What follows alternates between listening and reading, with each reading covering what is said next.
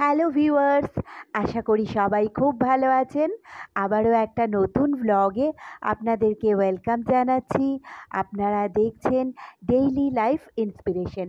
তো সঙ্গে থাকুন, দেখতে থাকুন ভ্লগটা।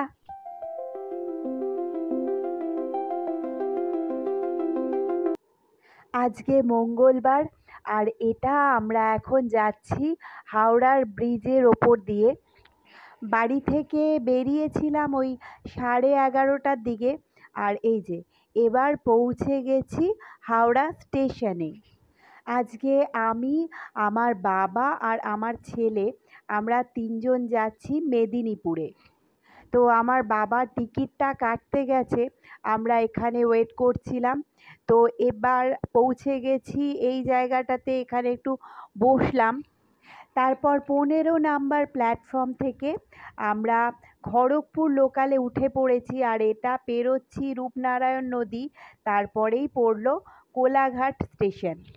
মেদিনীপুরে গেলে আমরা বেশিরভাগ মেদিনীপুর লোকালটাই ধরার চেষ্টা করি, তবে আজকে খড়গপুর লোকালটা পেলাম, তাই জন্য খড়গপুর লোকালে উঠে পড়েছি। তার আরও একটা কারণ হলো, কয়েকদিন ধরেই ট্রেনের একটু গন্ডগোল চলছে। তো ট্রেনগুলো যেই সময় ছাড়ার কথা সেই সময় থেকে বেশ কিছুক্ষণ দেরি করেই ছাড়ছে, কেননা এই রুটের নলপুরের স্টেশনের কাছাকাছি একটা ঘটনা ঘটে গেছিলো কিছুদিন আগেই। তো তারপর থেকেই ট্রেনের এই গন্ডগোল, তাই জন্য খড়গপুর লোকালটা পেয়ে গেলাম, তাই খড়গপুর লোকালেই উঠে পড়েছি আমরা। তো খড়গপুরে নেমে আমাদের আবার ট্রেনটা চেঞ্জ করতে হবে।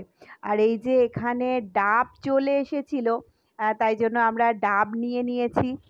ট্রেনের ডাবের দাম কিন্তু বেশ অনেকটাই কম, 35 টাকা নিল ডাবগুলো। তো এবার পৌঁছে গেছি খড়গপুর স্টেশনে। তো আপনারা জানেন খড়গপুর স্টেশন একটা সময় পৃথিবীর সবথেকে লম্বা স্টেশন ছিল।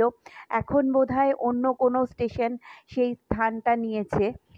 তো আমরা এখন যাচ্ছি পরে ট্রেনের জন্য, যেটা মেদিনীপুরে যাবে। তো সেই ট্রেনেই আমাদের যেতে হবে। একটা মেদিনীপুর লোকাল দাঁড়িয়েও ছিল, কিন্তু আমরা ব্রিজ পেরিয়ে যেতে যেতে সেটা ছেড়ে দিত, তাই জন্য আমরা এখন পরের একটা ট্রেন আসবে যেটা আদ্রা, তো সেই ট্রেনের জন্যই ওয়েট করছি। তো বন্ধুরা, আজকের ব্লগটা এই পর্যন্তই। ফিরছি খুব তাড়াতাড়ি সঙ্গে নিয়ে আরও একটা নতুন ব্লগ।